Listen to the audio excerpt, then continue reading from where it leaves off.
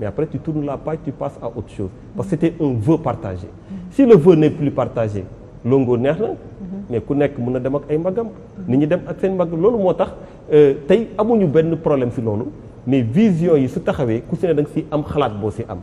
su dee da si am xalaat bu xam nag man dama bokk si ñoo xam ne suñu amee xalaat duñ ko ngungunee si suuf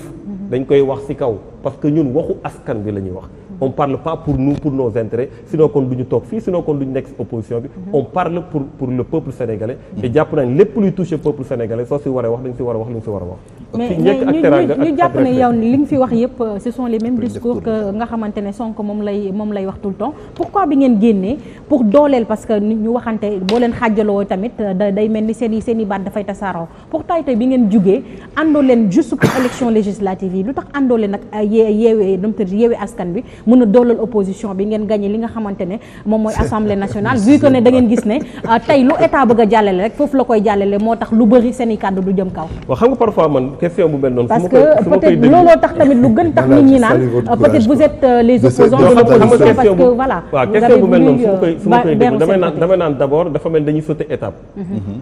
sooy wax nit ñi tax demoo fenn da ngay commencer par diagnostiquer foofu nan la mel actuellement. nan la mel ndax ñi fa bëggoon ànd ñëpp ànd nañu ni ñu waroon àndee ndax ni mu war a demee yëpp demee na ko d'abord foofu ngay njëkk a commencer ni tax ma wax loolu. xam nga ba ñuy commencer élection locale yi dama tax ma waxoon ma d'accordoon ak ñu waxoon ne dañu war a am une large coalition parce que on a près de 600 collectivités. te leaders yi bokk même collectivité dañ leen di wàññi. donc mënoon nañu mobiliser ñëpp. donner un signal fort. et c'était possible ci élection locale yi. élection législative c'est encore beaucoup plus réduit. xam nga tey 10 leaders rek yoo xam ne affirmé ku ma waxoon fii mu cité 10 leaders yoo xam ne mënuñu bañ a nekk député léegi nii nga wax ko mais 10 leaders rek 10e ba dans le cadre de la parité et 20e sur la liste nationale par exemple donc day xat boo xamante ne day indi problème comme yu ngeen gis ngeen ay nit génn nañ dañoo waroon dugal fii dugal luñu extra waa léegi foofu xat bu mel noonu te ñoom noonu lañ toll ngeen bëgg ñu ñëw yokk ci encore non ça n'a pas de sens c'est-à-dire que aujourd'hui mais bàyyi ma daal rek waxin la c'est-à-dire que li ma bëgg wax foofu par là rek mooy au-delà de cette explication imagée boobu ma joxe il y a cette nécessité de faire des offres dans notre pays il faut que les offres se concurrencent c'est ça il faut que dans notre pays kii ne nii laa xalaate kii ne day laa xalaate yow nga mën a xool lan moo méngoo ak sa bëgg-bëgg et loolu buñ ko daw parce que c'est ça qui fera que on aura une société boo xam ne day am l'embarras du choix mais su dee ñëpp dañ bëgg a teg ay erreur ne façon bii rek lañ war a gisee façon bii rek lañ mën a demee ñaata sénégalais ñoo si gisul seen bopp tey les taux de participation bien que bii passé sax xaw na tane mais suñ ne nee ay taux de participation yu tourné autour de 40% sur fukki nit yoo xam ne bindu nañu inscrire nañu si liste yi la ñu nekk ñeent yi ñoo jóg dem vote ji juróom benn yi ñu croiser les bras mais war nañu mën a xool loolu pour lan la donc on a besoin que population yi ñu participer dans la vie active dans la vie démocratique et pour loolu il faut que offre yi mu bëri am na ñoo xam ne ñii bëgg nañu soo demee fële ni tax soo demee restaurant plat yi di bëri choix yi différent parce que am na ñoo xamante ne am na su dee benn plat rek moo fa am duñu mës a ñëw da ngay yokk sa clientèle waaye léegi nag su dee dañu bëgg population yi ñu bokk ci mbir mi il faut que ñu ibbi choix yi pour que nit ñi ñu mën a gis ne kii mbaxal moo ma gënal ceebu jën wala et cetera mais fii ak ñu ngi nekk ci benn façon bu ñuy xoolee les choses alors que ñeneen ñi xalaat nañ beneen façon je pense que le toujours situation boobu lay nekk et nañu nangul ko nit ñi parce que le problème ce n'est pas que ñi mu am ay choix yu bëri yàgg na fi am le problème maintenant dans ce pays mooy nii laay xalaatee ñëpp noonu la ñu war a xalaatee c'est ça qui est inacceptable dans une démocratie et c'est ça qu'on peut pas accepter nous absolument ki ñu dàq voilà donc ma mais li mu wax mooy xam-xam ni quoi il faut ñu dellu ci rek pour nit ñi gën a comprendre li mu gën a wax mais loolu mooy réew doo topp rek ne da ngay concurrencer l'état central wala da ngay def ay coalition hybride comme ni nga ko waxee foofu y a plus de lecture nit ñi booy def politique da ngay am courage comme ñoom da ngay am courage am sa politique boo définir am ay objectifs yoo choisir xam fi nga jëm ak ni nga ko bëggee mais c'est pas di daje rek parce que da ngay contre kenn finalement tu n'as même pas d'objectif c'est la recherche de l'élimination même de quelqu'un et de l'ennemi finalement boo ñëwee sax tu gères rien mais nous les encourageons et on chante leur courage parce que li ñuy def noonu la et puis la preuve c'est quoi mais ils sont plus expérimentés li ñu defar amul benn faille bi ñu gisee ne yeneen régions yi non lu baax lañ defar ma ne déglu rek pas déglu ma même bu amee faille vous avez fait un bon choix parce que vous avez bien dit que am na dëkk yoo xam ne bu ngeen fa nekkoon di fa attardé bu ngeen am yeneen problème feneen dañ leen fa folklore mais nit da ngay mesurer say capacité ak sa zone de prédilection ndaga mën nga ko couvrir li ngay def nga xam ko nga di ko chanter mais mënuñu chaque jour que des gens se victimisent en politique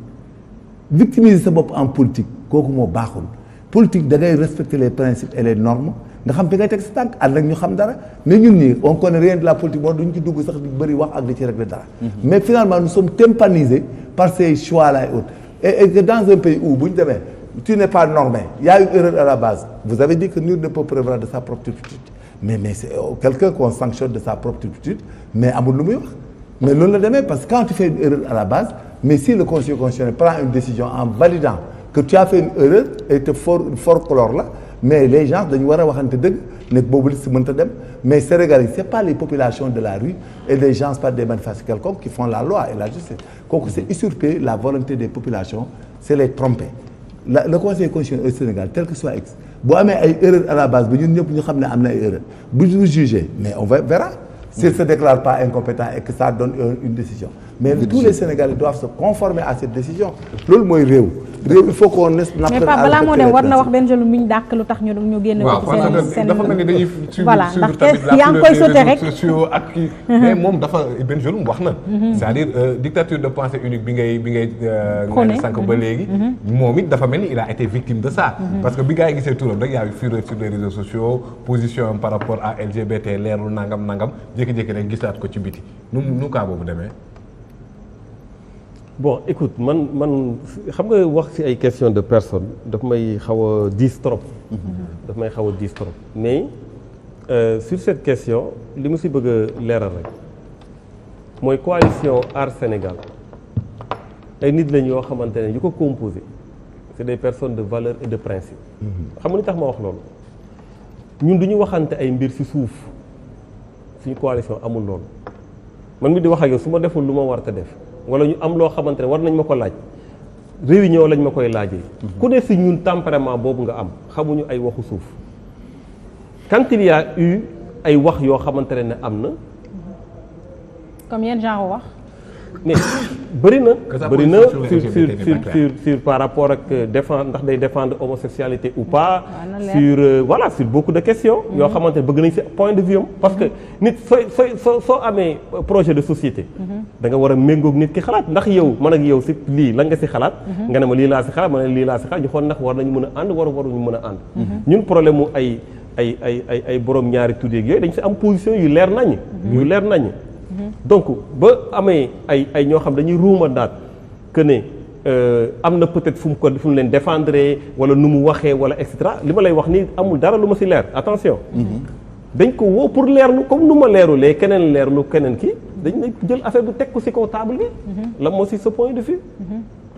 voilà ci loolu la yam moom ci boppam moo jël décision ne comme affaire bi am na fu mu toll indi na gêne suñu diggante te franchement ñun ñëpp nous sommes gênés parce que man mi di wax ak yow sama frère la ba mu benn problème ak moom mais moom ci boppam moo ne comme situation bi demee na noonu bon il préfère partir. kon da ngeen jàpp ne day défendre góor jigéen ñi moo non il faut pas ñuy tooñ aussi non waxuma loolu dama ne dañu am luy ruumandaat ñu ne ñu wax xamal nit ki ne ko bëgg nañu xam la mooy sa point de vue ci loolu c'est tout. dafa metti li ngeen ko laaj moo tax mu bëgg a def après nag mu daal di dem maintenant dégg naa ñu naan dañ ko dàq dañ ko kii c'est pas vrai. dafa gedd moom ci boppam ci biir wax jooju la décider ne dafay. mais Thierno Bocoum mooy dafa gedd da ngeen koo laaj ci affaire LGBT yow mu wax ci mooy dafa préféré gedd dem yoonam. non pas au lieu mu wax xam nga nag yow yaa ngi. damay laaj rek xam nga ma wax ñëpp dégg ma. nga bëgg a résumer lu ma wax ni nga ko bëgg a waxee. d'accord alors on va dañuy def tour de table tàggatoo rek parce que vraiment temps bi jeex na quoi ma commencé ko ci Pape Moussa. waaw Pape jërëjëf donc di remercier aussi invité bi Thierno il est tellement ouvert. yenn saa ci TikTok bi la booy di nekk ak moom gars yi di live des initiatives yoo xamante ne vraiment par rapport à la communication da koy jël. et c'est très courageux position am tamit bu ko jëlee. da koy défendre avec courage il a une liberté d'expression vraiment respectable et un courage de ses idées boo xamante ne war nañ ko rafetlu ci Sénégal di la gërëm aussi Pape Major. kontaan ci yow Pape day dóor ay coups mais na nga bàyyi coups yi. non ku ñu dóor coup rek di riposter. coup irrégulier wala coup irrégulier voilà. du ma dóor